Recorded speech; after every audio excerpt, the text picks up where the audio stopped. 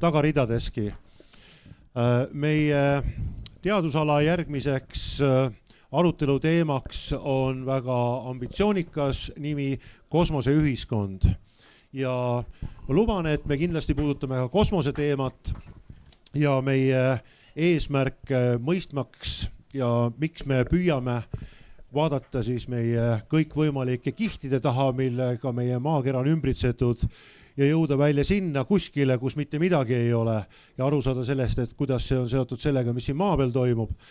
Aga kindlasti räägime ka kosmoseühiskonna kontekstis sellest, kas ambitsioon ja visioon ja pikaajaline planeerimine on midagi sellist, mis aitab kaasa selliste uute või järgmiste 21. sajandi kontekstis oluliste juhtimismudelite jaoks, mis roll selles on teadusel, kas need reeglid ja need kokkulepped, mis me oleme omavahel sõlminud siin ja me nimetame seadusteks ja need ei ole mitte loodusseadused, vaid need on meie omavahel inimeste vahel kokku lepitud ühiskonnaseadused, kas nende muutmine aitab meid kaasa pikemate visioonide loomiseni ja kuidas selle kõigeni lähemale jõuda. Ma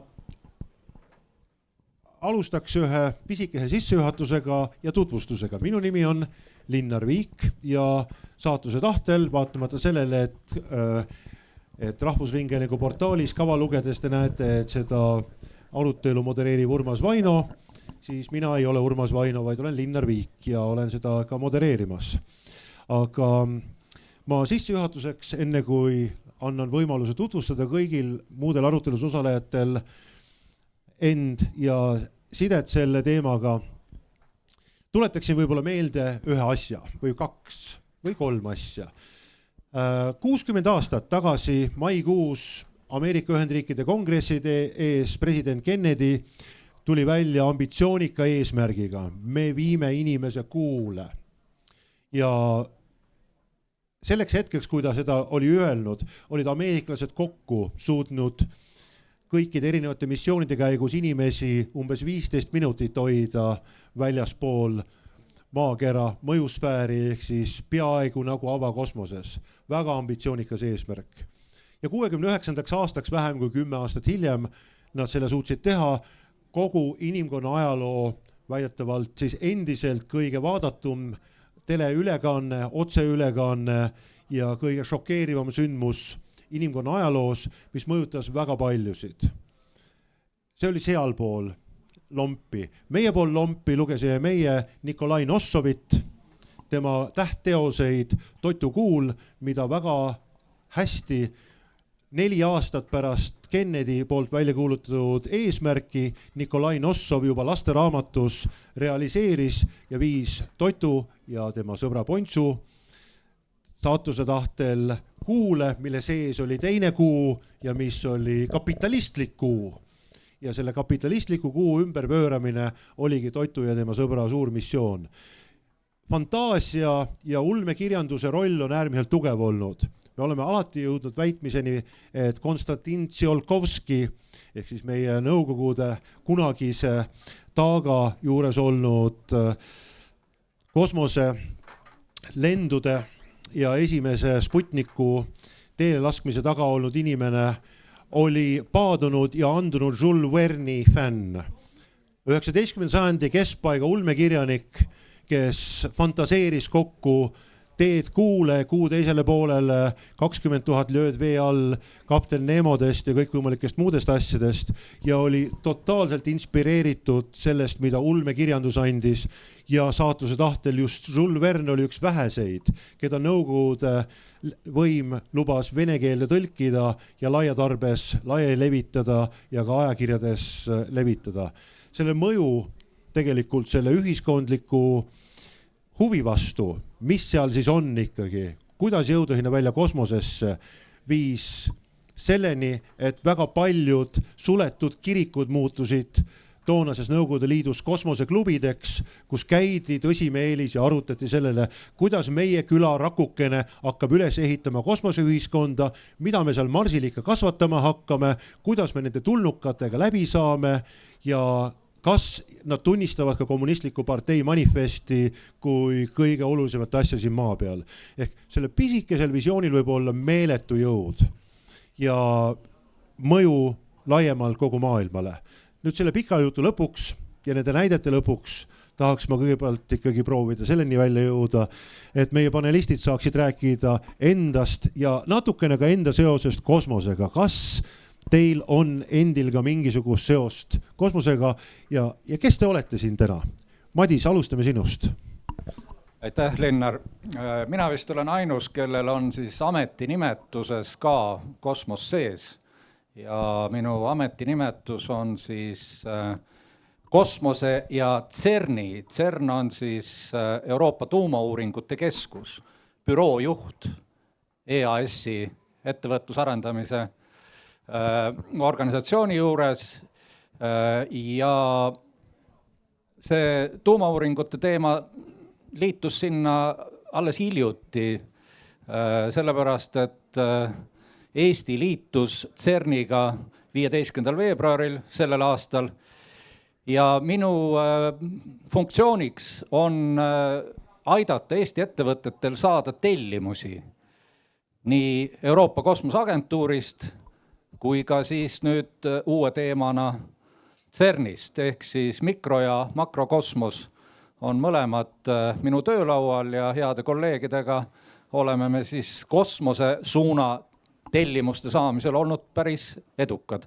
Aga loomulikult see amet eeldab ka suurema pildi nägemist osalemisest Euroopa Kosmoseagentuuri nõukogu töös ja lisaks kõigele on mul ka lihtsalt puht huvi selle teema vastu ja üritan siin olla siis selle nii-öelda päris kosmose poole esindaja. Pilet kosmosesse on olemas? No kui ametinimetuses on juba kosmos sees? No see pilet on, kuidas öelda, sümboolne, sellepärast, et see temaatika, millega on vaja tegeleda kosmose valdkonnas, on äärmiselt lai, nii et see pilet on sellisele pika otsa rongile. Okei. Kristjan, sina ja kosmos. Ja sa tegelikult juba tegid selle sissejuhatuse ära, et ma oleks muidugi võib-olla teisiti rääkinud, aga ma olin tõesti Soome telekat vaatamas sellel hetkel, kui Armstrong tegi selle väikese sammu inimesele, suure sammu inimkonnale. Küll väike laps ja vanemad ütlesid, et tule vaata, see mõjutab sind. Ja ma üritasin aru saada, et kuidas ta mind mõjutab. Nüüd ma olen siin kosmosest rääkimas, et selline mõju mul on olemas. Ja ega see ülejäänud elu ongi olnud ju taoline, kus sa üritad aru saada, et mis värk on. Ja kui sa näed, kuidas selles värgis inimene pingutab oma töövõime suhtes ja täiendab oma töövõimet ja elukvaliteeti tehnoloogilise maailmaga, siis see on mind nüüd tõesti paarkümmend aastat vähemalt köitnud ja see on selline uurimisvaldkond, mis mind hästi huvitab, et kuidas inimese töövõime, inimeseks olemine ja kogu see kontseptuaalne oleks siin maailmas kuidagi arusaadavaks endale teha. Ma ei väida, et ma aru sellest saaksin, aga seda põnevam taolistes diskussioonides osaleda. Mikrokosmos? Mikrokosmos on ka huvitav, et kui me räägime, üritame aru saada, et mis värk on ja et arvatavasti selliseks universaalseks arusaamaks praegu on stringiteooria, siis stringiteoorias me näeme, et tajume seda 4 dimensiooni aega lisaks 3 dimensioonile, aga seal väidetavalt on 10 võib-olla ka 11 dimensiooni, et siis see arvatavasti need dimensioonid paigutavadki tohutusse väikesesse ruumi, mida me ei taju, teistsugusesse aegruumi ja jällegi, et üritad aru saada ja ka mõtestada, et kas üldse inimesele on antud võime sellistest asjadest aru saada, et järsku me olemegi üldse mingi vahelüli siin mingite muude arengute toetamiseks, sest kõik ülejäänud liigid 99,6% arvatavasti on välja surnud, tehtes oma asja ära, jäädes alla inimesele kui kõige agressiivsemale liigile, et kas meil on olemas üldse see võime kõikidest asjast aru saada või järsku meil ongi kohustus ja moraalne kohustus, et pingutada veelgi rohkem kui lihtsalt pidevalt mugavust otsida. See on siis see ka risk ja kiusatus minna sinna kosmose poole, kuigi arvatavasti me saame haiget seal. Nii et see on selline suure ja väikese seostamise kontiinium, et tõesti mikromaailmast kuni sellise tohutu hoomamatult suure maailmani. Agu, sina ja kosmos? Vot, ei olnud selleks küsimuseks valmis, et aga okei, et kosmosega mitut pidi, et punkt 1 on see, et iga päev saab kosmosega seotud kosmosetehnoloogiatel baseeruvad teenused osutatud, seda lausa üle terve planeedi, väike seos. Võib-olla seos ka sellega, et olen aidanud koos oma meeskonnaga, pigem siis ütleme, et meeskond on aidanud ja mina olen kõrval olnud, kui mõned Euroopa Liidu kosmoseagentuuri missioonid on edukaks saanud, näiteks Solar Orbiter, mis praegu andmeid kogub, inimkonna suurim missioon, päikese juurest andmete kogumisega, mõned kaugseire teemad, tudengisatelliidid, mis meil näiteks lendavad, Koit ja Hämarik, mis tänu Jumalale ei osutunud Eesti kosmosepürgi projektiks. Ma ei tea, kas kõik seda teavad, et Eestis on olemas võimas kosmoselaevade register. Meil on seal sees juba 3 sõidukit, number 2 ja 3 olid siis Koit ja Hämarik, et sai ka sellele protsessile kaasa aedatud, nii et kerged seosed on, jah. Madis, oskad sa kirjeldada selle ettevõtte tüüpilist profiili Eestis, kes võiks olla Euroopa Kosmoseagentuuri partneriks, teenust osutada neile? Milline see ettevõte on? No üks esindaja istub siin, teine esindaja istub seal publiku hulgas. See oli nagu Eesti sõjavägi, et mõlemad sõdurid. Jah. Aga neid ettevõtteid tegelikult meil selles registris, kes on ennast siis pannud kirja Kosmoseagentuuri hankijate andmebaasi, on 111 enne minu puhkust ja nendest 25 on teinud lepinguid. Nii et me oleme selle asja käima saanud ja neid ettevõtteid on erinevaid, on suuri, on väikeseid, aga igal pool on tunda sellist entusiasmi teha midagi keerulist, midagi uut, mingit väljakutset saavutada ja leping Kosmoseagentuuriga ei ole iseenesest äri. See on uks päris ärisse, sest kõik need agentuurid on teatavasti eelarvelised, nad on piiratud oma tellimuste mahuga, aga kui see leping on ettevõttel käes, siis hakkavad tulema muud lepingud ja selles suhtes on Kosmos võimalus teha midagi väga põnevat, midagi väga nõudlikku ja suur rõõm on see, et Eesti ettevõtjad saavad selle hästi hakkama. Agu, sinul oli näide selle kohta, et sa pakud kosmoses paikneva tehnoloogia abil maa peale teenuseid. Saad sa natukene lähemalt sellest kirjeldada ja kas ma saan õieti aru, et meie kõik oleme siin otsustanud maksumaksjatena, et me viime orbiidile midagi sellist, mis aitab kogu maakera inimestel, ettevõtetel oma elu paremini elada ja see andmetele ligipääs, mis sealt satelliitidel tuleb, on meile kõigile kätte saada, aga ainult vähesed oskavad selle andmetega midagi tarka peale hakata. Räägi natukene, mida on võimalik siis nende Zenitel 1, 2 ja Copernicuse programmiga üldse Eestis saada või mida sina teed igapäevaselt? No, eurooplased on üldse oma maailmakäsitluselt hästi kihvtilt teistsugused, et kui me siin ise selles kultuuriruumis oleme, võib-olla ei saa sellest aru. Aga maailmas ei ole väga tavaline see, et kui me midagi ühiselt teeme, siis me anname sellega ühiselt kasutada. Ja see, et Euroopas on otsustatud, kosmoseandmed on tehtud lahti, et see, mida Euroopa maksumaksja rahast üles saadetud satelliidid koguvad, et need on väga suured andmehulgad, nad on ka keskmisest keerulisemad andmehulgad, ei ole sellises lihtsas Excelis töödeldavad. Aga nad on tehtud põhimõtteliselt kättesaadavaks, siis on loodud eeldus ja platvorm, et sinna peale saab nagu ehitada, et siis meie oleme lihtsalt üks näide, kes on leidnud sealt väärtusahela ja ma püüan öelda, kuidas seda kõige lihtsam on öelda, et meie teenus on siis see, et meie mõõdame kosmosest 700 kilomeetri pikkuse joonlauaga millimeetrite nihkumist maa peal ja seda kõikjal üle planeedi. Ja selgub, et teenus on nii tubli, edukas ja et meeldib kõigile maailmas. Ehk siis kaldajoone muutus näiteks või mingisugune paduvihma järel toimunud mingisugune pinnase lihe või? Infrastruktuuridega toimuvad muutused. Kui mõni tamm, sild, maja, müür, tehas või hoone tõuseb, vajub või langeb, meil on võimekus, ütleme, tänase seisu 6 natuke rohkem aastat tagasi vaadates hinnata ajaloolisi trende, vaadata, mis viimasel ajal on juhtunud ja võib-olla ka natuke ette ennustada, et midagi kehva meil juhtumas ei oleks, et maailmas ei saa salata kliimamuutustega seoses ennustamise teema läheb järjest aktuaalsemaks. Kristjan, kui sa enne ütlesid, et sina olid see, keda vanemad tarisid ka selle Soome televiisori ette, et vaadata, on sul midagi meeles ka üldse sellest hetkest või on see nagu selline tagantjärele mälestus, et said minna tagasi rongiga mängima või midagi muud tegema? Ei, mul rongiga mängu ei olnud, aga ma tulin vaatama, jäin vaatama ja see üks nagu mälestus, mis on selgelt mustvalge. Et toona oli see periood, kus räägiti värvitelevisioonist ja meil ei olnud värvitelekat, aga lihtsalt ameeriklastel kindlasti on ja siis see pilt peaks olema kuidagi värvilisem, et kui selline tohutu nagu pingutus on teostatud inimlikus mõttes ja seda meile kantakse üle, et ka soomlased on huvitatud, väikse poisina ikkagi kuidagi tabad seda, hoomad seda suurema maailma tähelepanu ja siis vaatad, et aga kõigest niisugune sigri-migri mustvalge pilt ja hääl ei ole ka kõige parem, aga see on mul selgelt meeles, et ju siis see peaks kõvasti mõjuma.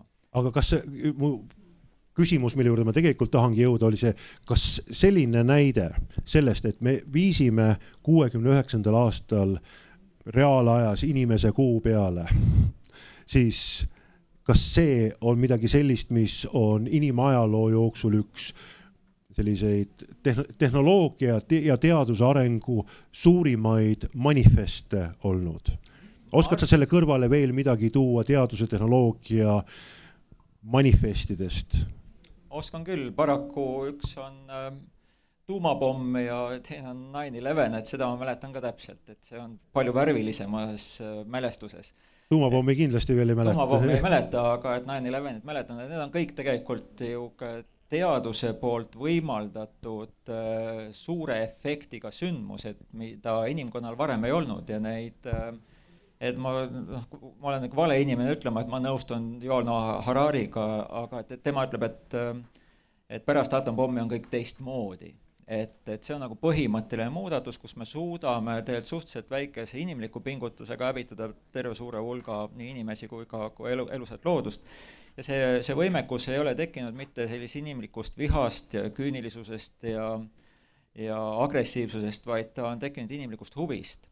Ja siis sa näedki, et tegelikult see inimlik huvi ja see kogu see teaduslik pürgimus on teatud mõttes nagu süüdimatu ja jällegi selle süüdimatusega kaasneb ka selline sõna, et see on kuidagi laetud ja natuke nagu süüdistab ikkagi, et te ikka peaksite moraalsed olema.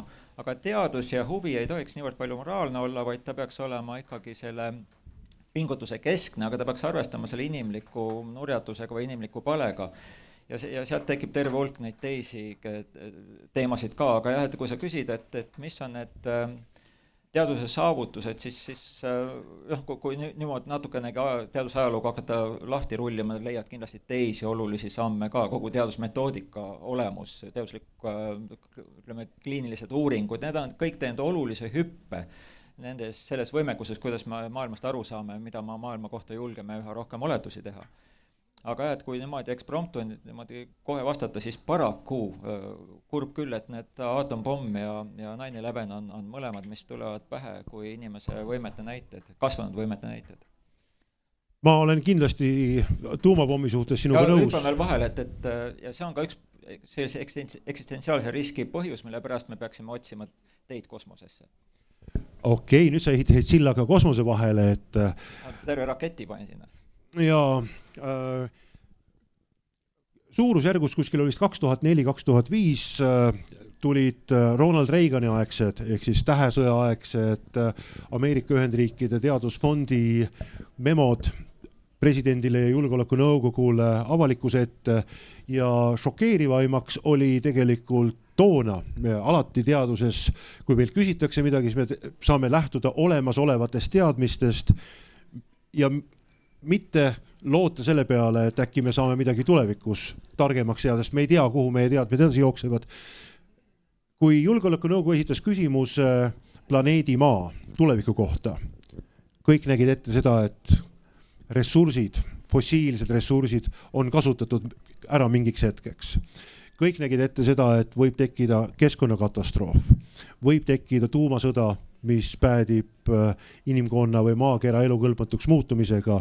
Ja kui küsiti siis teadlastelt, et mis siis nagu plaan on, siis sellel külmasõja tipphetkel ei tea millest ajendatuna, aga teadlaste vastus oli see, et aastaks 2010 on, vaadates meie praegust kosmosetehnoloogia arengut ja selle lineaarset kasvu ja teadmiste juurdekasvu, me kõrge tõenäosusega oleme aastaks 2010 leidnud planeedi, kuhu me oleme võimelised ümber paigutama olulise osa inimkonnast, kus on eluks kõlblikud tingimused olemas, kus on vesi, hapnik, kus on imekaunid, sellised helesinised laguunid, kus kohas me saame ringi ujuda ja seal on palju ressurssi, mida me jälle saame hakata kasutama. Ja vastus teisele küsimusele, mis me teeme oma jäätmetega? Samamoodi oli teadlaste vastus, kuna kosmosetehnoloogia areneb väga kiiresti ja 1 tonni orbiidile viimine muutub üha odavamaks, siis valdava enamuse jäätmetest aastaks 2010, mis on keskkonnaohtlikud, me lihtsalt saadame kosmosesse. Ehk siis metafoorina keerame omal autoakna lahti ja viskame prügiaknast välja, sellepärast et me ju kihutame edasi. Madis, kas see teaduse piiride kompamine praegu kosmoses, mis mingil hetkel võib tulevikus osutuda selliseks piinlikuks momendiks, nagu tolle hetkel oli.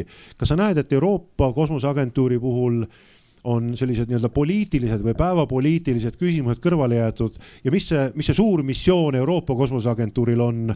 Ja äkki oskad sa nagu võrdluse tuua selle suhtes, et kas sa oskad seda võrrelda ka sellega, mille poolest Euroopa ja siis ka meie lähenemine erineb näiteks Hiina lähenemisest või India lähenemisest või Ameerika Ühendriikide lähenemisest kosmosele? Oskan kindlasti. Euroopa on fragmenteerunud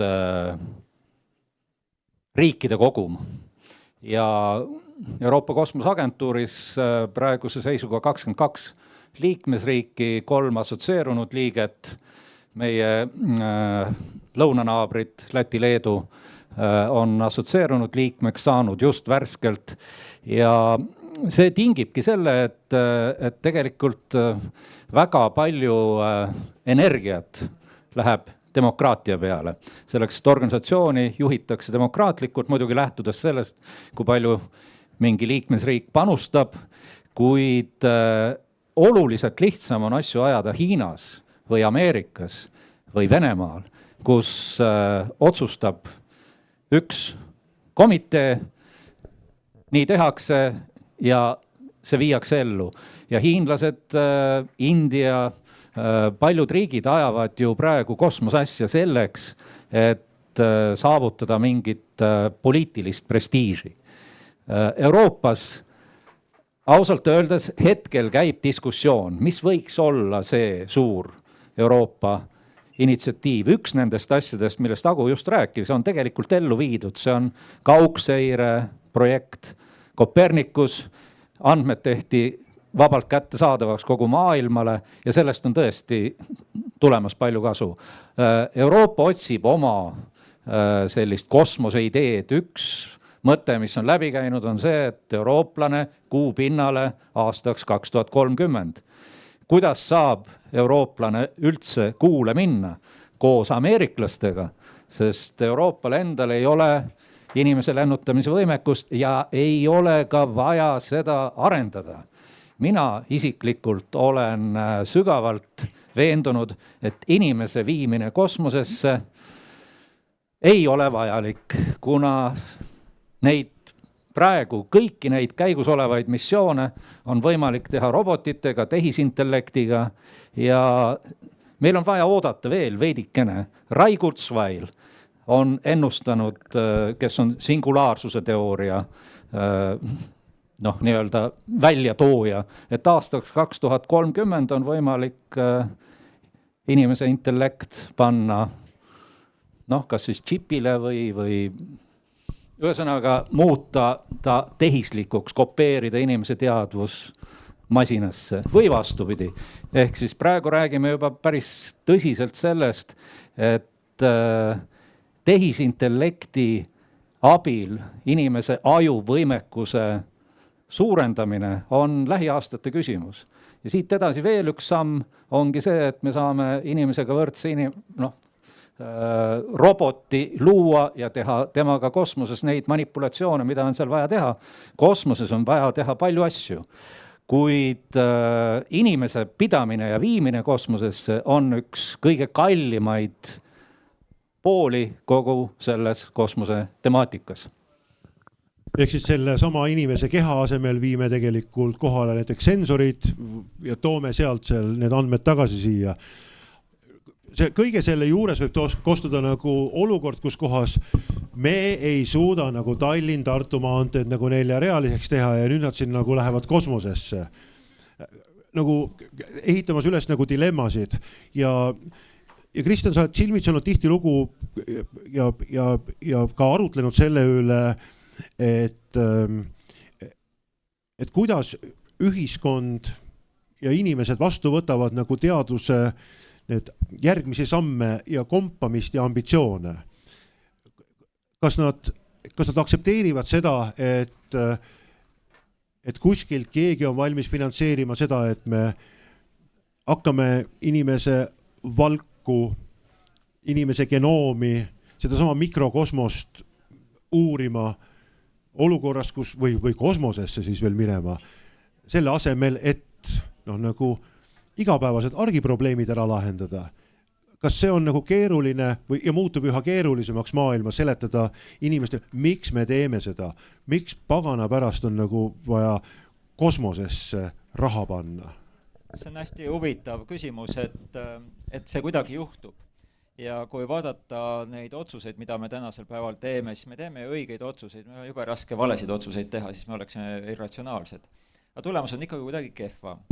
Ja siis me näeme, et on osa inimesi ja neid ka põhimõtteliselt nagu teadus kirjeldab, teadus kogub siis tõendeid, usaldusväärseid tõendeid. Teadus ei ole mingi imemasin ega mingisugune jumalik sekkumine, vaid teadus lihtsalt kirjeldab seda tegelikult natuke paremini, kui me argielus suudame võib-olla hoomata.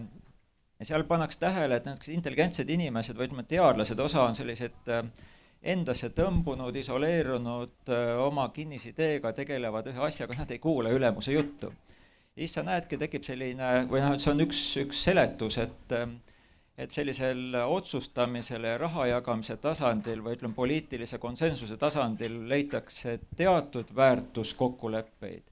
Aga laboris selle köögi poole peal tehakse tegelikult midagi muud, sest et seda tasandit ei motiveeri, raha kindlasti on võimalus, aga raha ei motiveeri, vaid motiveerib igavene selline uudishimu ja rahuldamatu arusaamade komplekssusest ülesaamise himu ja sealt siis me näemegi, et aeg-ajalt lihtsalt tuleb teaduskirjanduses, teadussignaalide džunglist tuleb välja üllatavaid tähelepanekuid, mille peale küsitakse, et aga miks, kes seda hakkas üldse uurima.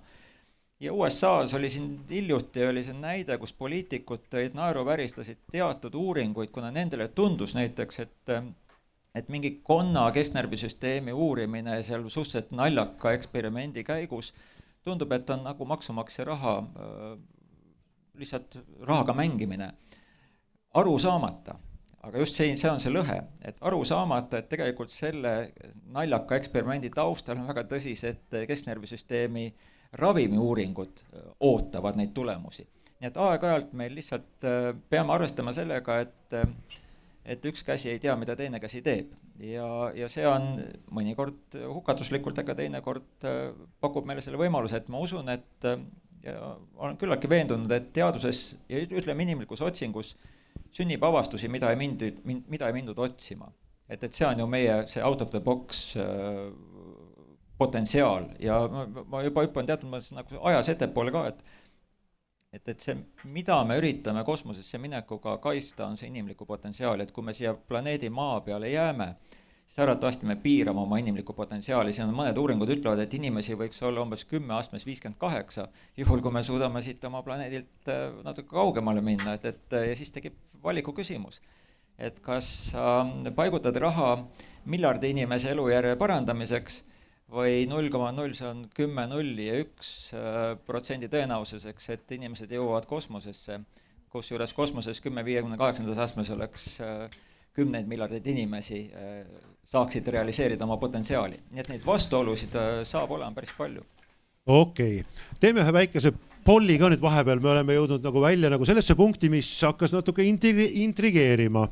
Ja teie pange ka ennast valmis selle vastamiseks, ehk siis kui selle paneeli pealkiri oli 2100, kosmoseühiskond 2100, kujutame ette, et praegu on 2021 ja siis on aasta 2100. Mis te arvate, kas aastaks 2100 on märkimisväärne, olgu ütleme kas või nagu Eesti rahvaarvu suurune osa maakera inimestest kolinud maakeralt ära. Aastal 2100, kes arvab, et inimesed on kolinud, vähemalt 1 miljon inimest on kolinud selleks ajaks maakeralt minema? Või saadetud? No kindlasti keegi lehvitab järele nendele, nii et nad on saatjaid on küll. Valdav enamus jääb ju maha, järelikult need on saatjad. Ja nagu Austraalias samal ajal. Kes arvab, et, no julgelt käed üles, kes arvab, et 2101 inimene ka, nii juba hakkab tulema, siit on nagu näha 10 inimest ehk nüüd ma ei taha eeldada, et ülejäänud on kõik selle vastu, aga igaks juhuks ma küsin, et kas aastal 2100 inimesed endiselt elavad maa peal ja mitte keegi ei ole kuskil ära kolinud siit. Topeltkätega ja isegi 2 käega arvatakse. Ma ei oska küll ütelda, mida see kõik vastu meile peegeldab, aga tegelikult see peegeldaks minu jaoks vähemalt vastu seda vastutustundlikkust. Seda, et me peame nagu siin katsuma hakkama saada. Mitte mõtlema selle peale, et kuidas võimalikult sivasid jalga lasta ja leida järgmine koht, mille peal nagu oma inimväärikusega siis järgmine planeet hukka lasta. Oota, aga mis teie arvamus on? Tegelikult ka, kas teaduse eesmärgil või mingil muus eesmärgil vähem kui 100 aasta pärast on inimesed alaliselt elamas kuskil väljaspool maakera ja märgi mingist kosmosejaama kuskil, mis orbiidist tiirleb. Mis sa, Madis, arvad? Seda ei saa kindlasti välistada selleks, et inimese jõudmine Marsile on tänapäeval tehnoloogiliselt võimalik. Marsil alaliselt elamine on äärmiselt tervist kahjustav ja meenutab pigem elu allveelaevas. Need toredad filmid, mida meile näidatakse marslastest, kes sõidavad seal läbipaistva katusega autodes ringi, on teaduslikult veidikene mitte täpsed, aga kindlasti on see võimalik, et selline koloonia sinna tekib, kas ta nüüd on siis nii-öelda inimkonna jaoks koht, kus luua paralleel universum, okei. Seda kindlasti mitte, et meie jaoks see kosmoselaev ja see ühiskond, mida me nimetame kosmoseühiskonnaks, ongi see, kus me praegu oleme. Ehk siis me siin päikesesüsteemi ja maaga koos olemegi tegelikult see üks pisikene, väikene, pisikene kosmoselaev, mis kuskil ringi liigub agu. Oleme aastaks 2010 koloniseerinud alaliselt midagi väljaspool maakera ära. Kuna me asume teadusalal, siis ma teen niimoodi, et ma kõigepealt räägin endale vastu, tähendab poolt ja siis ka vastu, et see on see, mis see sinu ütlus on, et kui saaks neid 1 käega majandusteadlasi. Et ma siis kõigepealt räägin nii, et inimene on väga tülikas asi sinna kosmosesse saata. Et kui me inimesed sinna saatma hakkame, siis suur osa sellest missioonisüsteemidest ei ole mitte seotud missiooni kui sellisega, vaid inimese elus hoidmise ja tagasitoomisega ja kui sa kasutasid terminit tonn kilogrammi ja selle peale minev nagu raha efektiivsuse mõõdikuna, siis lihtsalt selleks, et inimene saaks kaasa minna ja selleks, et inimest elus hoida, läheb 98% sellest missioonist. No võib-olla 95, aga see on väga suur osa meie ressursist. Nii et selles mõttes tänase tehnoloogilise taseme pealt võiks öelda, et ei tea, kas peale märgilise ja sümboolse ja võimu näitamise tähendus, et kas see väga praktiline mõte üldse on. Aga teisest käest on siis see, et me räägime selle tehnoloogia pealt, mis täna on olemas ja tsiteerime siis teist korda Ray Kurzweili, kui juba siin Kurzweili läks, et tema kiirenduvate võitude seadus ütleb seda, et igas tehnoloogia valdkonnas toimuv areng võimendab kohe mingisuguse arengu mingis teises valdkonnas hästi palju kiiremini ja me oleme tegelikult eksponentsiaalselt areneva tehnoloogia ajastul. Mis päriselt tähendab seda, et ilmselt need tehnoloogiad, kuidas me inimest kas näiteks magama paneme üles äratame, kuidas me teda kaitseme, kuidas me koha peal materjalides sünteesime need lahendused, need ilmselt ei ole 10-20 aasta pärast enam isegi ligi lähedased sellele, mis on. Et kui me mõtleme oma kommunikatsiooniharjumuste peale, mobiiltelefoni peale, siis see asi, mis on meil padja kõrval, pea all, mõõdab käe peal ja mida me pidevalt laeme 3 Excel-päris 5 kohas, mis on 10 liidesega autosse, kella, kõrvaklappidesse ja kõikidesse arvutitesse. Orwell ei näinud oma halvas unenäos ka ette, et te kõik maksate Orwelli ühiskonna eest kuumaksu ja näete vaeva selle nimel, et te laete ära kõik oma seadmed, et see Orwelli ühiskond oleks võimalik. Ja näed, täna me siin Arvamusfestivalil istume ja 1984 on ruudus versioonis ellu läinud. Ja mina arvan, et tehnoloogiatega kosmosega juhtub täpselt sama teema, et me oleme täna tõdemas, et see on hästi vaenulik keskkond, sest on väga kulukas teha, et sinna nagu saata, aga me peame vaatama tõele näkku, ilmselt tehnoloogia läheb 20 aastaga sellisesse seisu, et pole see enam nii suur kulu midagi. Ei erine palju bussiga sõitmisest. Kristjan, elavad inimesed mingi kolooniana väljaspool maakera aastal 2100? Jah, suure tõenäosusega tegelikult oleks pidanud nimesid kogumasid praegu, kes on valmis, et arvatavasti need ei ole mitte tänased inimesed, vaid nad on kuidagi geenmanipuleeritud võimekusega. Et selleks, et meil on mõningaid uuringud, mis üritavad kirjeldada tuleviku tööd. Me otsime, et kosmosesse minek on üks töövorm, et kui me praegu vabastame ennast teatud töödest, siis me tekivad uut tüüpi väljakutsed, neid töid tuleb teha.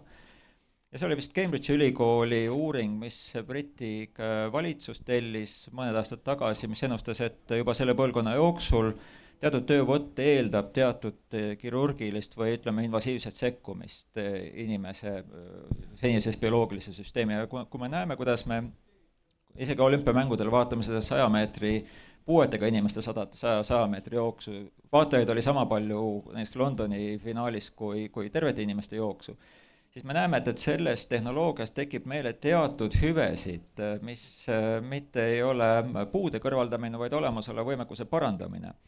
Ja see on arvatavasti üks selline kõrvalefekt, mis hakkab ühel hetkel näiteks lapsevanematele ütlema, et aga mina tahan oma lapsele ka. Ja siis nendest tekibki selline potentsiaal, kellel on ütleme sellise maise eluga võrreldes suurem võimekus ja võib-olla ka valmidus sellisesse kosmilisse avarusse minna ja nad kindlasti loevad autoriteete. Stephen Hawking, kadunud astrofüüsik, ütles ju ka, et selle sajandi jooksul arvatavasti meil realiseeruvad mingisugused taolised riskid, mis sunnivad meid neid valikuid tegema. Ja seetõttu on nullist suurem tõenäosus, et me sajandi lõpuks oleme kosmoses suhteliselt püsivas. Mõni arvas seda, et Stephen Hawking oli seda häirekella löömas selleks, et me tõsisemalt suhtuksime planeedi maa peal omadega hakkama saamiseks. Aga probleem on selles või väljakutse on selles, et kui me lahendame maiside üle probleeme, siis me stimuleerime kasvu. Me ei saa ju öelda, et inimestele, et nüüd kuna meil elu läks heaks, siis me hakkame iivet piirama, vaid vastupidi, kui me lahendame mingisugust toitumise keskkonna, mingid muud probleemid ära, siis me ju suurendame enda paljusust, mis on alati looduse arvelt. Ja oma paljusust me suudame suurendada peamiselt oma potentsiaali parandades. Ja koos potentsiaaliga ei parane ainult heade asjade tegemine, vaid paraneb ka see riski suurus. Ja seega me ei pea olema niivõrd palju pessimistlikult destruktiivselt häälestatud oma keskkonna rikkumise suhtes, vaid lihtsalt keskkonna ja enda kokku sobimise suhtes neid konfliktide tõenäosus kasvab, mis tõttu meil tekib täitsa aus küsimus, et miks siis mitte sellesse kosmosesse vaadata, kui me seda näeme, et ta eksisteerib reaalselt, et kes keelab meil sinna minemast. No see kiusatus ju kasvab meil. See on visioon. Mõned visioonid realiseeruvad kiiremini, mõned aeglasemalt ja meil on ühe teemana lepitud kokku, et siin arutelul me hakkame mõtlema ka selle üle, et kui meil on väga-väga pikaajaline visioon, olgu selleks kas või see sama küsimus, et kas inimesed kolooniana elavad siis kosmoses kuskil. Hästi lihtne, praktiline, mitte keegi ei saa aru, kuidas see päriselt võiks välja näha. Me teame, et praegu hetkel see mitte mingisuguse ressursiga kuidagi võimalik ei ole, aga teadusskepsis ütleb seda, et aga tegelikult võib-olla on võimalik, kuna me ei tea veel seda, mida me teame homme või 50 aasta pärast või 100 aasta pärast. Ja siit tagasi küsimus hästi väiksesse kohta, sellesse samasse visiooni siin samas koha peal Eestis, sellest ambitsioonikusest, suurest visioonist, et kas aastal 2020, 2021, 2030 selles perioodis praegusel hetkel meil on olema selline riiklik arengukava vist, mille nimi oli 2035 ja talle on loomulikult ette heidetud seda, et tegemist on kantseliitliku, selline riigiametnikud, ministeeriumid, asutused saavad kokku, teevad ühe sellise strateegilise plaani, lähtuvad sellest, et mida me praegu teame, mida me praegu teeme ja tiksume edasi mingisuguse arengu eesmärkide poole, mis on tegelikult hästi nagu mõõdukad arengu eesmärgid, natukene haaval. Kas praegusel ajal üldse oleks võimalik või mõttekas püstitada ägedamat arengu eesmärki?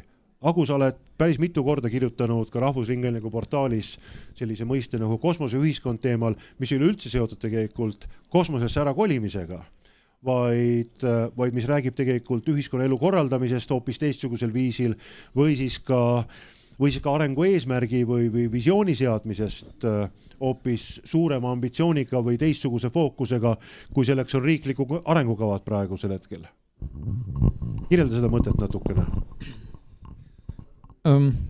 Fookus on ääretult tähtis asi.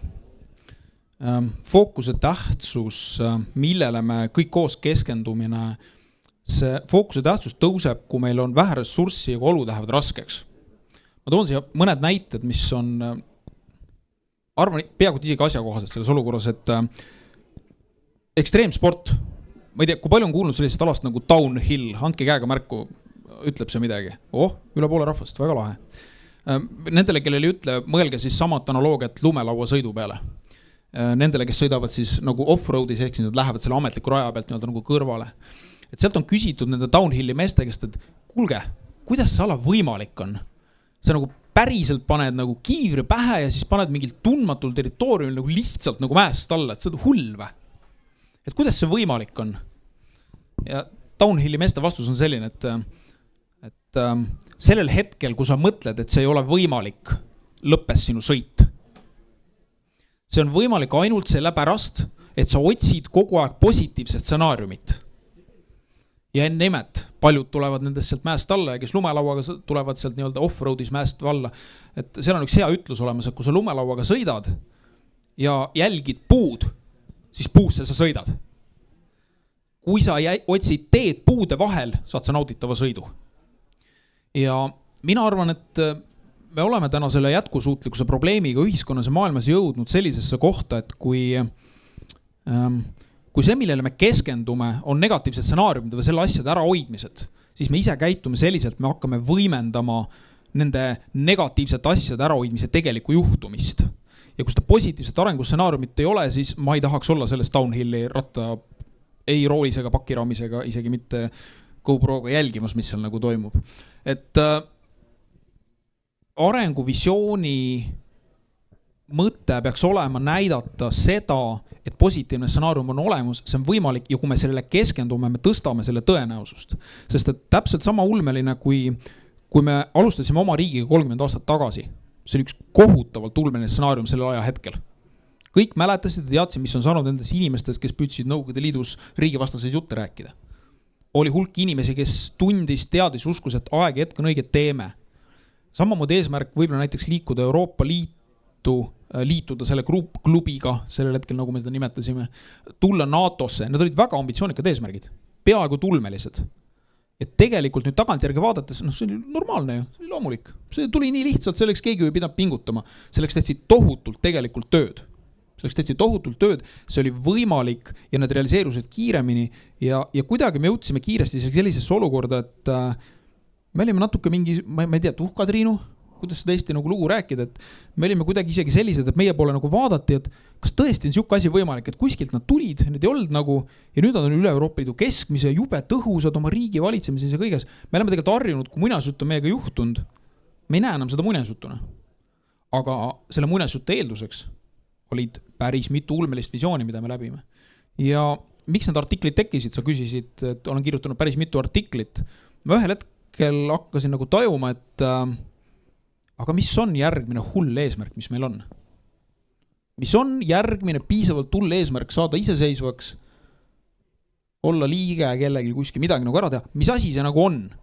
Ja vabandust väga, mind inimesena sellised eesmärgid, et tulla 85. maratonil, no ei kõla inspireerivalt.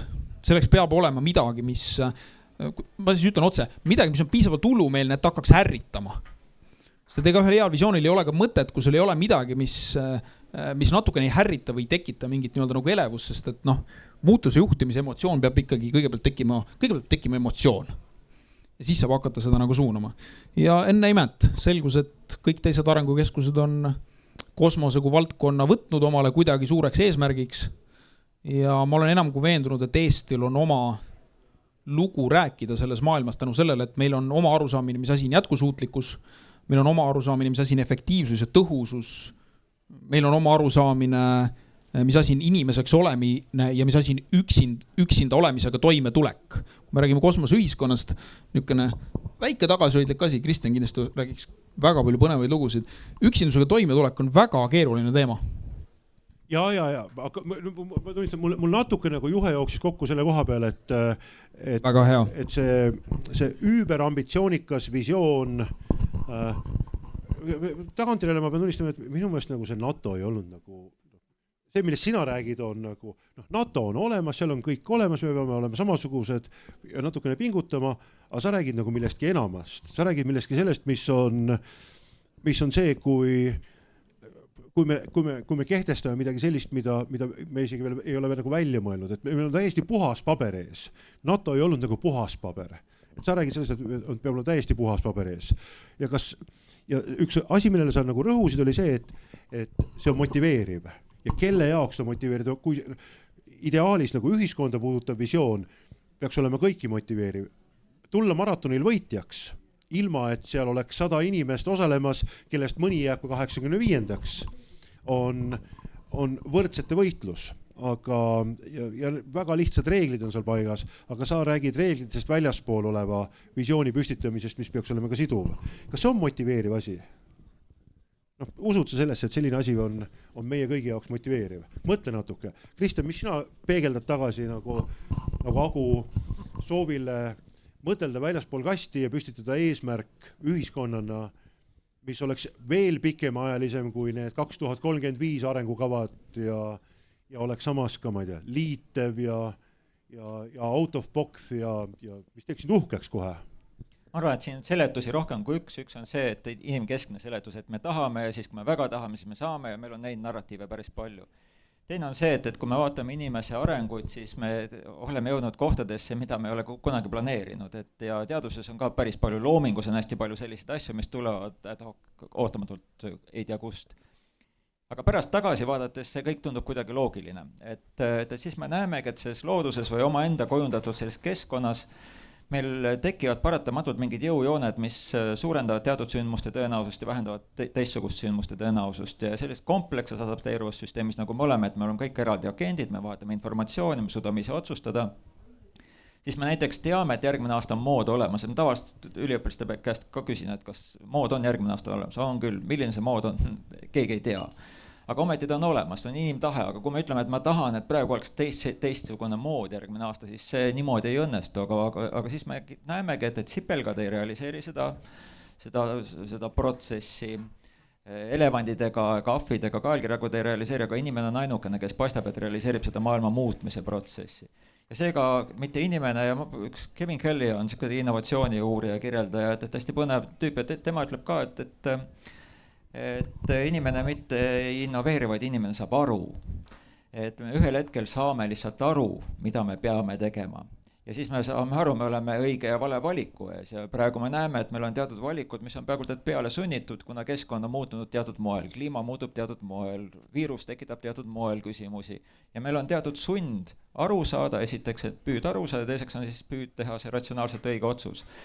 Ja see räägib natuke nagu Agu sellise tahtelise visiooni vastu, aga mis ei tähenda seda, et see ei ole olemas, kuna me lõppude lõpuks peame ka motiveerima neid tegevusi.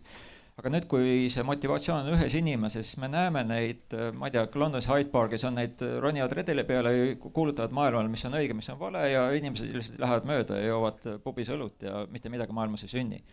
Aga teatud asjad on need, mis kõigile alateadlikult või keskkonna tõttu neile märkamatult avaldavad samasugust mõju ja siis on vaja ainult seda päästiksündmust, mis ütleb, et õige jah, seda me pidimegi tegema. Ja siis öeldakse, et nagu näed, see isik oli see innovaator, aga tegelikult oli sündmus innovaatoriks ja puudus ainult see väikene päästik ja inimeste käitumises on neid päästikuid ju hästi palju, need on suhteliselt juhusliku iseloomuga. Ja et siin me võib-olla, no ma ei tea, mis on õige vastus, ma üritan, et iseendale olen üritanud seda sedamoodi selgeks teha, aga lihtsalt see meie tahteline otsing on, ma arvan, et me hindame seda üle. Aga see ei vabasta meid sellest, ma ei tea, et moraalsest kohustusest, et oma pead mitte kasutada ega ei anna õigust mitte neid vähemalt endale teadaolevalt õige valiku tegemise. Madis, siin on juba 2 sellist nagu suhteliselt diametraalset arvamust selle nagu pika visiooni kohta.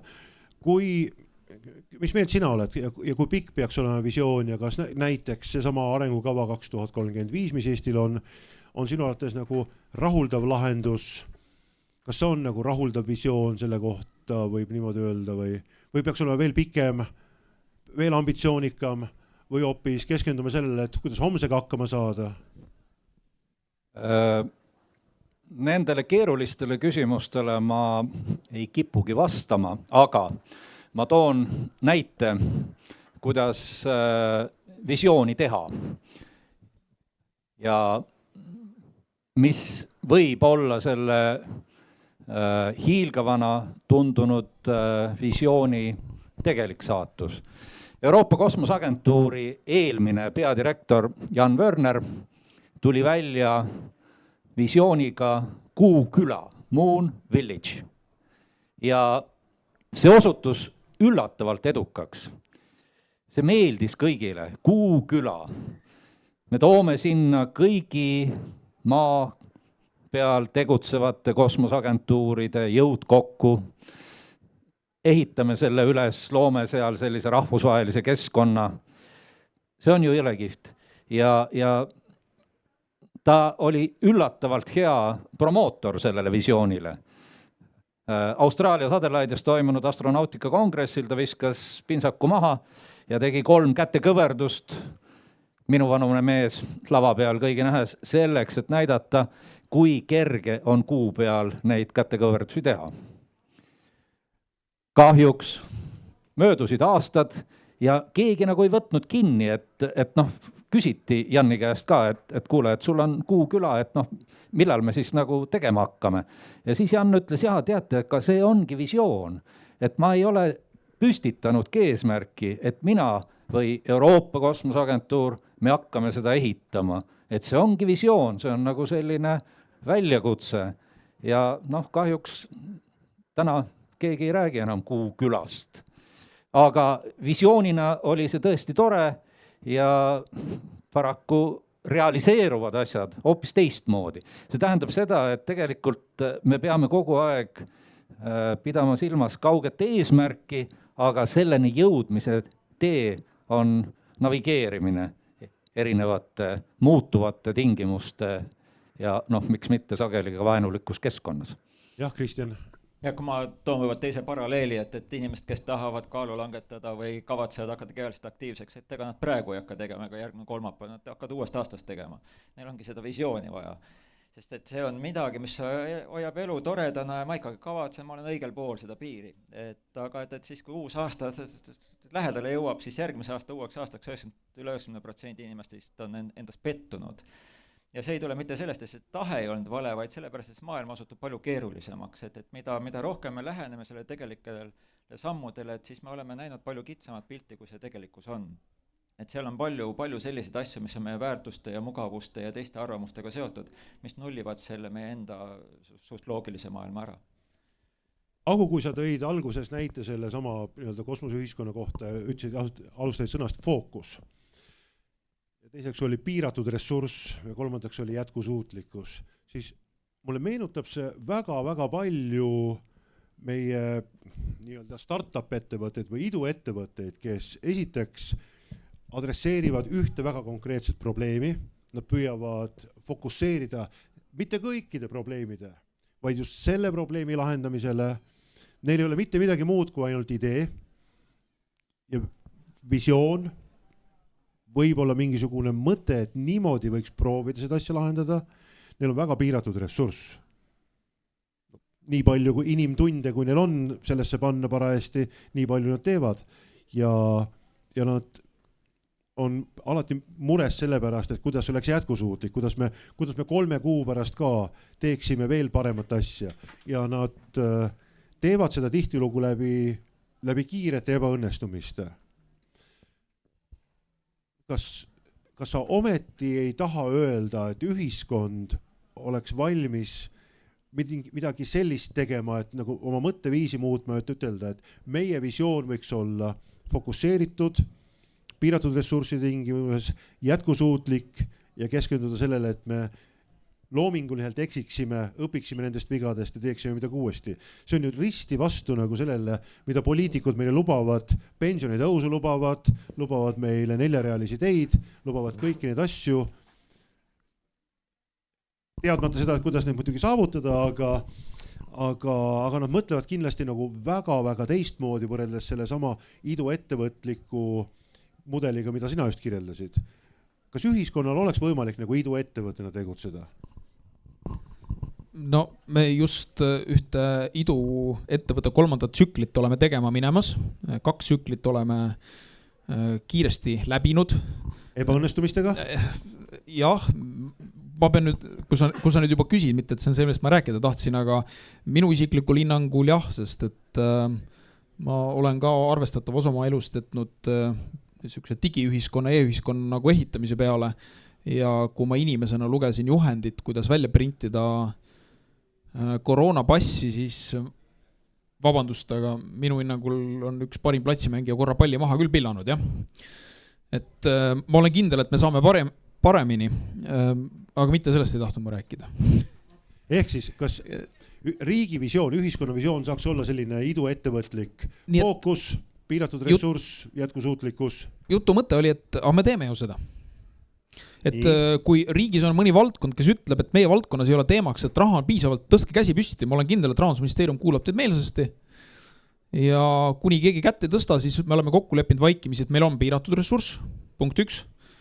Punkt 2, ma arvan, et meil on päris lihtne kokku leppida, kas nüüd teadlastega või ilma, et kõik seni maailmas toimunud mudeldamine ja selle põhjal tuleviku ennustamine, et see ei tööta. Olukord ja tingimused on nii palju teised, et me ei saa mineviku põhjal teha ammendavaid järeldusi tuleviku kohta, mis siis tähendab, et ergo ainukene võimalus ongi hakata kiiresti proovima ja kui see ei ole startup, piiratud ressursiga, kiired proovimised, vaatame, mis töötab ja lähme kiiresti edasi ja ainuke asi, mis ta startupi elus hoiab, on visioon. Ja kui seda teha veenvalt, tuleb raha, tulevad inimesed, tuleb au ja kuulsus ja enne imet Eesti on maailma juhtiv riik suurte unicorn startupidega maailmas. Madis, see natuke meenutab seda, kuidas sa kirjeldasid seda, et sul oluline on selline nagu dünaamiline juhtimine pigem, mitte niivõrd see, et mul on tehtud mingi kindel teekaart, et mida ma täna teen, homme teen, et sul on projektiplaan koos oma ette projektijuhtimistarkvaraga ja siis nui neljaks, sellest tuleb kinni hoida. Ometi riik tavaliselt just käitubki tegelikult sedasi, avaliku sektori organisatsioonid tavaliselt käituvad niimoodi ja suurettevõtted käituvad ka niimoodi, et nad teevad oma järgmise aasta plaane tulenevalt oma eelmise aasta plaanist, nad teevad oma muudatusi vähehaaval ja samas nagu see agu räägitu võiks hakkida kokku natukene selle sinule meeldiva juhtimismudeliga, kus oleks võimalik dünaamiliselt tagasiside põhjal kogu aeg teha mingeid muudatusi, on nii või? Noh, ilmselt see on täiesti ainuvõimalik lähenemisviis, et jõuda mõistlike kuludega optimaalsete tulemusteni, aga noh, siin ju seesama Agu mainitud digiühiskonna areng loob selleks ju hea võimaluse ja nende digitaalsete kaksikute teema, noh, kas või Euroopa Kosmoseagentuuri programmides, see on väga aktuaalne, neid luuakse, nende peal on kõike võimalik simuleerida ja sealt pealt siis teha muidugi ka adekvaatseid otsuseid, aga navigeeriv juhtimine, jah, see on nagu minu lemmik termin, et keskkond, kui me räägime purjetamisest, siis muutub iga hetkega ja me ei saa panna paika väga konkreetset kurssi. Kurssi tuleb kogu aeg muuta vastavalt sellele, milline on see pikk eesmärk, kusjuures ka see pikk eesmärk ei pruugi alati õige olla. Kui ma tohin, siis ma äkki ütleks, et kui me lepime kokku, et me liigume nagu lõunasse, siis see ei tähenda, et loomulikult see tee, kuidas me sinna lõunasse jõuame, tuleb jooksvalt otsustada. Ei saa minna kogu aeg otse. See on nagu mõistlik. Aga hästi kihvt oleks see, kui me lepiks kokku, et me lähme lõunasse. Kas see... Kui me tahame näiteks külma talve üle elada. Me räägime nagu ainuõige valik. Praegu on nagu lillede liblikate keel, selline metafooride palistamine ja nende tuletiste võtmine, et aina keerulisemaks läheb. Mis siis on, mida on nagu arenguvisioon on ju midagi sellist, mis peaks olema ideaalis nagu lihtlausesse sõnastatav, mõistetav ja arusaadav. Lähme lõunasse. On lihtsalt arusaadav, aga see tekitab küsima, nagu miks nagu selline ja minu jaoks on nagu endiselt nagu see väga suureks teemaks, et me oleme ju varem juba leppinud mingites asjades kokku. Me oleme leppinud kokku selles, kuidas me siin oma elu korraldame, mitte ainult Eestis, vaid valdavas enamuses muudes riikides ja need on meie enda kokkulepped. Need ei ole nagu loodusseadused, et noh, me ei saa öelda, et Riigikogu püsib püsti tänu gravitatsioonireeglitele. Ei ole ju niimoodi, et see ei ole seotud ju Mendelejevi tabeliga see, kui palju peab olema erinevaid inimesi seal Riigikogus, vaid need on meie omavahelised kokkulepped. Kuhu ma tahan jõuda? Juhul kui selline navigeeriv juhtimine ja selline iduettevõtlik lähenemine oleks midagi sellist, mida ellu viia, siis kas meil on mingisugused piirangud, senistest kokkulepetest tulenevad piirangud, senistest seadustest tulenevad piirangud, mis takistavad meil sellist visiooni püstitamast? Ja. Võiks öelda, et see ei ole, ma ei taha nii palju vastu vaielda, aga ma toon teistsuguse vaatenurga, et mitte navigeeriv juhtimine, vaid nagu pime inimene, kes kompab. Et ta peab pidevalt kompama, kuna ta ei tea, mis seal eespool ootab ja sellest ta õpib, tal on see vahetu tagasiside kiirus on hästi oluline ja valmidus muuta. Aga nüüd, kui me vaatame, mis on inimese enda optimum, siis ta on suhteliselt staatiline, et me ei taha väga muuta, et me oleme suhteliselt konservatiivsed ja seega, et kui me vigu teeme, siis me tavaliselt absorbeerime selle vea või ohverdame midagi teist, aga see suur mass ei tule järgi. Ja varem sa küsisid ka, et see arengukava 2035, mis on erinevates ministeeriumites olemas white paperitena, et see peaks ju rahuldama. Küsimus, keda rahuldab ja mis mõttes ta rahuldab? Ta rahuldab seda poliitilist konsensust, et nüüd me ei pea tükk aega sellega tegelema. Aga nad ei kasuta seda ju tegelikult sellisteks suurte otsuste tegemiseks, vaid suured otsused tehakse ikkagi sellist tuletõrvea faasis peale sunnituna. Et see on see, milleks me peame olema valmis. Ja vaat siin Eesti riigil võib olla teistsugune võimalus kui mõnel suurel riigil, et me oleme dünaamilisem, me oleme suhteliselt palju vitsa saanud ja kuidagi elus püsinud, et me võib-olla, et see ei ole edevuse ega mingisuguse eneselohutamistemaatika, et võib-olla, et siin on mingi potentsiaal olemas, et me suudame kiiremini reageerida teatud muutustele, et Eesti on sisuliselt üks suur haigla oma olemuselt, et ometi meil on terve hulk tervishoiusüsteeme, aga me näete, kui kiiresti me tegelikult selle haiglasüsteemi suhteliselt kiiresti konsolideerisime ja muutsime suhteliselt tõhusaks. Ja neid teisi näiteid leiab Eestis ka, mis teistes riikides on võimatu teostada, ID-kaardid ja kõik need muud näited kaasa arvatud. Et siin võib-olla sellises väiksemas kogukonnas on ja kannatanud kogukonnas on sellist valmidust nii tolereerida vigu kui ka teha neid kogukondlikke kiiremaid muutuseid, aga selles suhtes, et ma endiselt olen selles positsioonis, et meil ei ole niivõrd palju visiooni kaptenina, vaid meil peab olema see jalgpalluri valmidus reageerida. Kui sulle palli antakse, siis sa alles otsustad, mida teed. Lähed ära juba. tšau. Siin on räägitud ma vaatasin, et kas publiku mikrofon töötab küll. Andke palun käega märku ka, kes on nõus üles ärkama sellest meie heietusest ja omalt poolt midagi kaasa mõtlema. Siin nagu kuidagi me läksime selle kosmoseühiskonna teemaga praegu hetkel sellisesse väga huvitavasse kohta, kus kohas me hakkasime rääkima riigi arenguvisioonist ja sellest, et kas seda on võimalik teha nagu purjekaga navigeerides või nagu pimedana toas kombates või nagu üks iduettevõte. Vähemalt ühte näppu ma nägin, ma kohe toon sulle mikrofoni.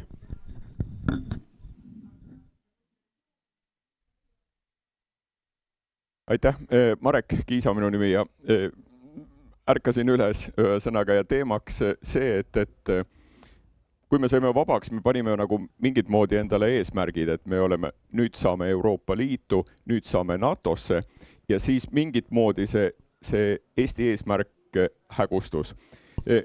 Siin tund aega tagasi Sten Tamkivi ütles, et miks mitte, kui tehnoloogiasektor ehk need samad idufirmad võiksid olla 30% meie SKT-st. Et iga selle kõrgelt palgatud IT-ettevõt või siis töötaja siis selja taga on 5 inimest, kes saavad tööd, on need siis juuksurid, kokad, kes iganes, et kas me sellist ühiskonda tahame, et kas see võiks olla see meie nii-öelda kosmos, kuhu me siis pürgime? Kas see oli sinu üleskutse, küsimus, et kas need iduettevõtted, kes ja vana kolleeg, partner Indrek Neiveltki ütles, et need iduettevõtted on need ettevõtted, mis mitte kunagi kasumit ei hakkagi teenima. Et kas nende ettevõtete peale peaksime ehitama üles 3% oma rahvuslikust varast ja siis iga selle ühe taha veel 5 töökohta looma. Et kas meil on see julgus? Ja väga riskantne selline nagu kaardimajakene tundub olevat. Mis te arvate? See oli küsimus. Mis te arvate, kas iduettevõtete ümber ehituv Eesti võiks olla see, mis on meie arenguvisioon? Ja kas sellega on seotud ka riske? Aga vaataks sinna taha, aga mis siis päriselt juhtuks, kui olekski nii? Kui päriselt juhtuks, et olekski nii, siis me mitte ei saaks ju iduettevõtted, kellest nagu Linnar ütles, mingi väga suur protsent läbi kukuvad, vaid me saame oskuse, kogemuse ja teadmise väga laial pinnal rahvana, kuidas kiiresti proovida, kuidas katsetada uusi meetodeid, me saame teistsuguse juhtimissüsteemi, võib-olla teistsuguse majandusökosüsteemi, me saame, ingliskeelne termin oleks agiilne, võib-olla ka eestikeelne juba tänaseks äkki. Et me saame sellise agiilsema lähenemise maailmale, et me tegelikult ei saa mitte lihtsalt ettevõtteid, vaid me saame selle ja kui me ütleme, et selles ühiskonnas oleks läbikukkumise definitsioon see, et kas me õppisime eelmistest vigadest või mitte. Kas me tegime lihtsalt startupi ja teeme järgmise startupi paremini ja esimesest 2 läbikukkunud startupist 3. startup, mis tekkis, oligi unicorn. Super, fantastiline tulem. Aga siis me oleme muutnud ka definitsiooni sellest, mis on läbikukkumine. Et kui ma siin kuulasin, Linnar küsis väga õieti, et me ju kardame selles vanas klassikalises süsteemis just seda läbikukkumist, et nii ei saa ju, et mis meid segab. Meid segabki see, et meil on täna veel läbikukkumise definitsioon selline, kus midagi ei tulnud välja. Aga tegelikult õigem küsimus oleks, mis me sellest õppisime? Hetkeseisuga COVID-12... Läbikukkumise definitsioon on see, et ebaõnnestusi me ei õppinud mitte midagi. Me ei õppinud mitte midagi, järelikult kukkusime läbi. Ja kui me niimoodi lepime definitsiooni kokku, jumal, siis teeme riigi ja kõik ettevõtted startupideks. Mis küsimus? Hakkame õppima. Siin on nagu ettepanek olemas. Eesti riigi arenguvisioon, pikka visioon, jätame kõrvale selle 2035 ja kantseliitlikud dokumendid. Võiks olla see, et me püüame üles ehitada sellise sõltuvusahela, kus innovaatilised, võib-olla ka teadusmahukad, aga eelkõige innovaatilised, uuenduslikud iduettevõtted võiksid olla need, mis drive'ivad ülejäänud arengut ja selle käigus tekkivad ebaõnnestumised on õppimisväärilised, tunnustamist väärilised ja me sõltume sellest. Madis, hakkab hirm peale tulema. Ja publik võib ka nii kaua mõelda, et kas teil on ju päris hirm sellise Eesti ees, kus sellised mingid Boltid ja Wise'id ja muud ettevõtted, kes nagu regulaarselt mitte iialgi ei tule nagu päriselt kogu seda investeeringut neisse tagasi tootma. Et need on need, kes minu lastele hakkavad tegelikult tööd andma ja pensionisüsteemi meile ehitama. Selleks, et sellele küsimusele vastata, ma vaataks veidikene minevikku. Ja kui mina ülikoolis käisin, siis äri ajamise põhimõte, ettevõtluse põhimõte oli osta odavalt, müü kallilt. Siis, kui ma ülikooli ära lõpetasin ja ise ettevõtjaks hakkasin või õigemini ettevõtet juhtima hakkasin, siis ma üritasin panna paika need protsessid, et võimalikult madalate kuludega toota ja võimalikult efektiivselt turustada. Ja nüüd, kui me oleme jõudnud moodsasse majandusse, kus tekivad unicornid, siis mina ei saa enam hästi asjadest aru, aga ma saan aru sellest, kuidas me selleni oleme jõudnud. 10 aastat tagasi EAS pani püsti oma esinduse San Francisco Silicon Valley's. Ja Andrus Viir, kes oli selle esinduse juht, hakkas sinna kutsuma Eesti neid samu iduettevõtjaid ja need käisid seal tal karjakaupa ja ta näitas nendele, kuidas Silicon Valley's äri aetakse. Tulemus tänaseks on Eestis 6 unicorni. See on täiesti teistsugune paradigma kui see, mida näiteks mulle koolis õpetati, mida ma ise õppisin, kuidas majandada ühte ettevõtet. Milline on see tuleviku ettevõtluse mudel?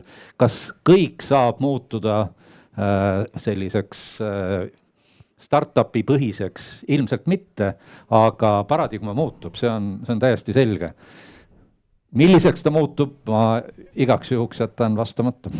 Kristjan, startupidel põhinev ühiskonna mudel. Hästi ohtlik ja kui midagi muutma peab, siis kindlasti SKT põhist hindamismudelit tuleks eitama hakata, et vastasel juhul me võiksime büromaanid ja tuletõrjujad lihtsalt tööle panna, et ühed hävitavad, teised põletavad või ühed põletavad, teised kustutavad ja SKT kasvab sellega, aga tegelikult meie igapäevases elus midagi juurde ei tule.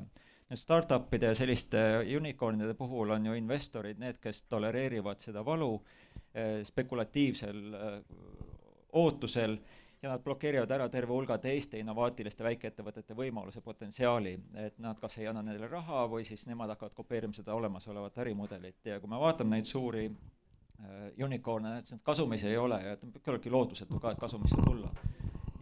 Aga samas nad nagu näiliselt käivitavad seda protsessi ja me võime öelda, et okei, et ettevõtte mingu pankrotti ja küsimus ainult raha jääb, mass jääb alles, aga lihtsalt, et kes on mingil hetkel rahaomanik, et järelikult me peaksime ümber vaatama selle majandusmudelis selle väärtuse hindamise protsessi, selle loogika.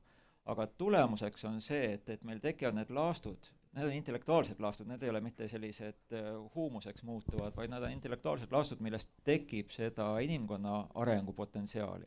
Et me õpime ju vigadest ja kui raha motiveerib tegema, unicorn motiveerib väga paljusid inimesi väga tugevalt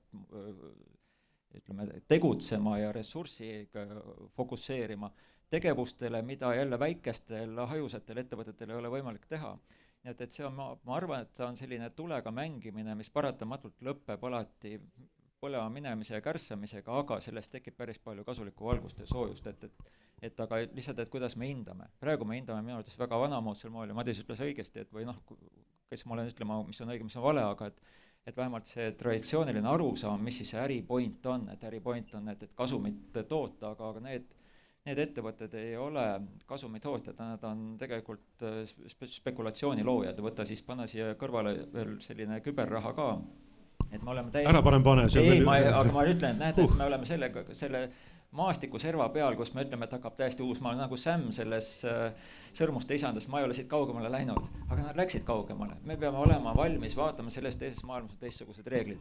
Me ei saa vanade mõõdikutega toimetada, eriti poliitiliste mõõdikutega. Ometi on mingisugune valmisolek vist olemas. Toon ühe näite, ma olen 20 aasta jooksul igal aastal lasknud infotehnoloogia tudengitel kirjutada lühikese essee kandideerimaks minu kursusele selle kohta, mis on nende tuleviku unistuste töökoht. Aastal 2000 ma alustasin selle eksperimendiga peale ja valdava enamuse jaoks, nad tegid seda ausalt, nad ei bluffinud, nende jaoks oli kõige suurem unistus saada kätte diplom, saada kätte professionaalne sertifikaat ja minna kuskile suurde välismaa ettevõttesse tööle. Välismaale ka, see oli aasta 2000, minna tööle Saksamaale Oracle nimelisse ettevõttesse või IBM-i kuskile, minna Eestist ära selle diplomiga ja seal kuskil suures ettevõttes tööle hakata. Aastal 2010 oli juhtunud üks suur muutus. Nad ütlesid, et tahaksid minna tööle Skype'i või mõnda muusse Eesti sellesse tärganud uude IT-ettevõttesse. Ja nüüd on toimunud ka üks muutus. Aastal 2020 oli nende visiooniks see, et nemad tahavad õppida selleks, et asutada ise oma ettevõtte. Nad tahavad ise teha midagi, nad ei taha minna kellegi teise juurde tööle, vaid nad tahavad ise midagi teha. Ma ei oska öelda, kas see peegeldab ka tegelikult see 20 aastat igal aastal tudengite esseede lugemist kokku, siis mingisugune valimiks mingi 4-5 tuhat esseed kokku. Kas see peegeldab ka mingisugust läbivat mentaliteedi muutust ühiskonnas, võib-olla see on olnud nagu kitsas segment nendest tarkvaraarendajatest ja süsteemi integraatoritest, kes tahaksid sellist asja teha. Aga siit küsimus teile, kas Eesti ühiskond teie arvates oleks valmis sellist lähenemist võtma, kus me paremini Kristjani sõnadega kobame pimedana asju ja saame vahetut tagasisidet ja selle põhja kaudu juhime ühiskonda või oleme ühiskonnas edasi navigeeriv juhtimine, nagu sina kirjeldasid. Või minu meelest need on kõik nagu üsna kiire tagasisidega ja visioon kui midagi sellist kaugemat, aga mitte sellist ilmtingimata nagu arengukavasse sisse kirjutatud, vaid kiiremini reageerivat. Siis te tõdehite ka veel tegelikult, et isegi kui need arengukavad on olemas, siis tegelik juhtimine käib nagu tuletõrjujal. Läheb põlema, koguneme kokku, tuvastame, hakkame reageerima, et see on ju tegelik juhtimine.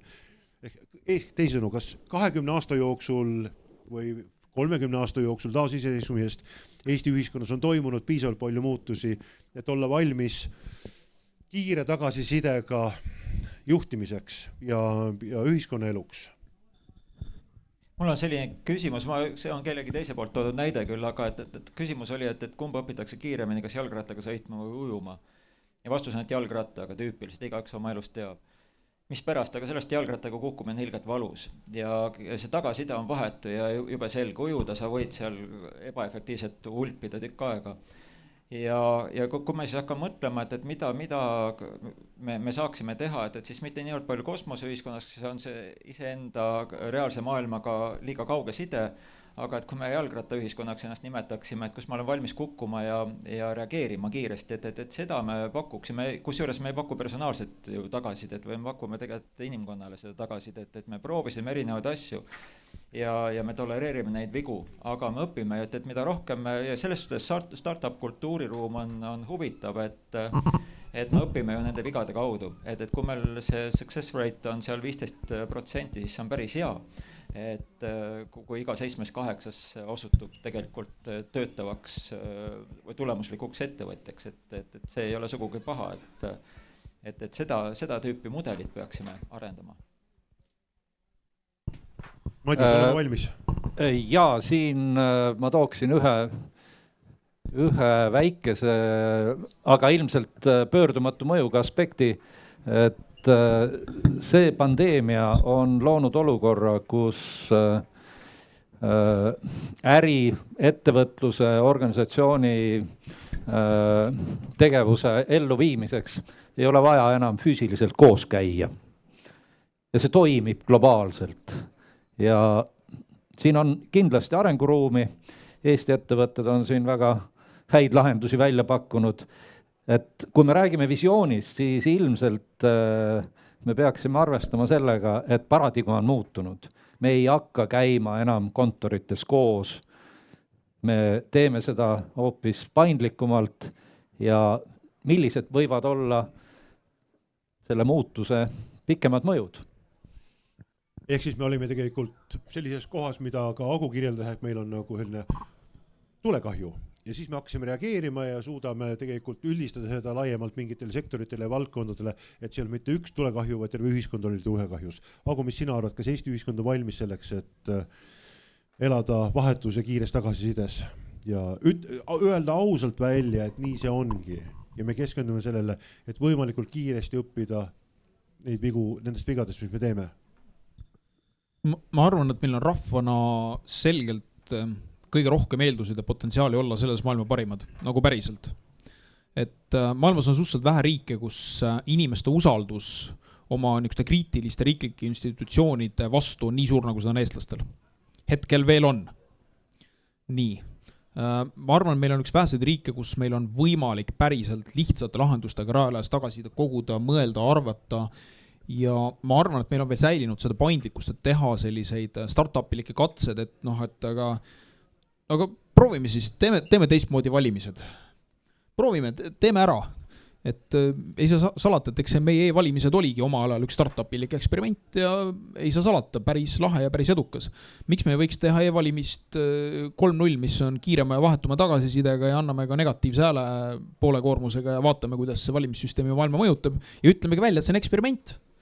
Mina tahaks küll ükskord näha eksperiment Riigikogu, kes igal, kes hääletas, oli poole koormusega võimalik ka vastuhääl anda, oleks päris pull koosseis, ma arvan. Kas me saame taga 6 aja pärast tagasi kutsuda, kui meile ei meeldi? Ja kui see oleks eksperimendi osa, kus oleks õppimist. Just see ongi see koht, et kui me lepime teatud riskides kokku, et riski haldamine, me ei saa riski ära hoida, risk lihtsalt juhtub, aga et riski me saame minimeerida ja hallata, et seda tolereerimist me peaksime arendama.